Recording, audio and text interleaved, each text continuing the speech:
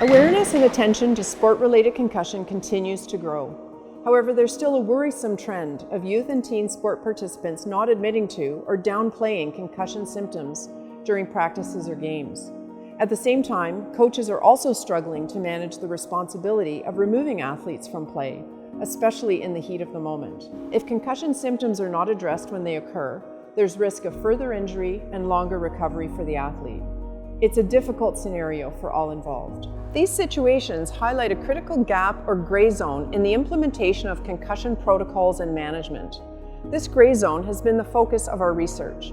I'm Dr. Alison Doherty, part of a research team with members from several universities and sport and safety organizations. We were interested in knowing why youth athletes would not speak up about a possible concussion. Why would they not take themselves out of the game? And why wouldn't coaches remove a player who may have a concussion?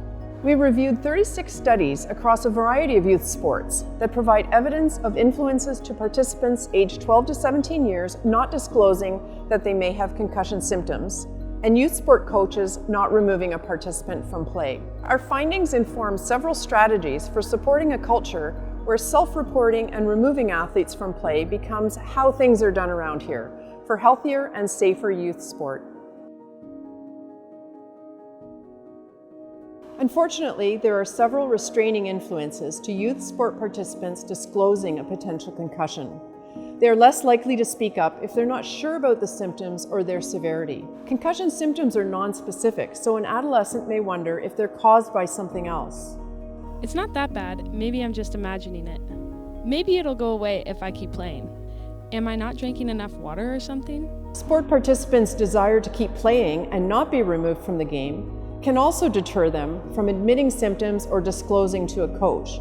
Young athletes can have a strong personal investment in their sport or even in a specific game that can cloud their judgment in the moment. I really want to play. I don't want to lose my spot.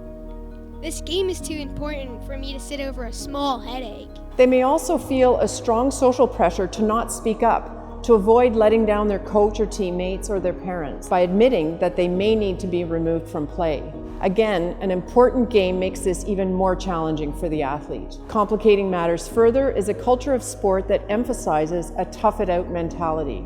I don't want to look weak. Even hurt, I'm one of the best players on the team. We really need to win this game. The coach said I seem fine, so I'm probably okay to keep playing. These personal, social, and cultural restraining influences present challenging circumstances in which youth athletes are expected to speak up.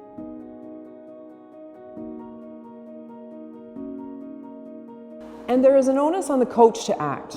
However, evidence indicates that coaches are less likely to remove youth sport participants during a game or a practice if they are uncertain about the symptoms and not confident identifying whether it is a concussion. Because the coach is not experiencing the symptoms themselves, they rely heavily on observation and the athlete's input, which, as we have determined, may be compromised by a reluctance to disclose. It's hard to tell whether it's a concussion or dehydration or something. I'm not sure anything's wrong. She seems fine. Why would I take them off now? It's clear that concussion protocol guidelines to remove athlete from play is not a straightforward decision, and there are challenges to compliance. These personal, social, and cultural influences must be addressed through multi-pronged strategies aimed at fostering a culture of reporting and removal in youth sport. Evidence supports having a team or sport environment that is participant-centered, where athletes' well-being, development, and giving their best effort is prioritized, and where they feel empowered to speak up about possible injury. This can be cultivated through athlete-centered coaching and reinforced among team members and training partners. Concussion education programs should include a focus on the restraining influences highlighted here, so they can be addressed in discussions of the importance of self-reporting and removal from play.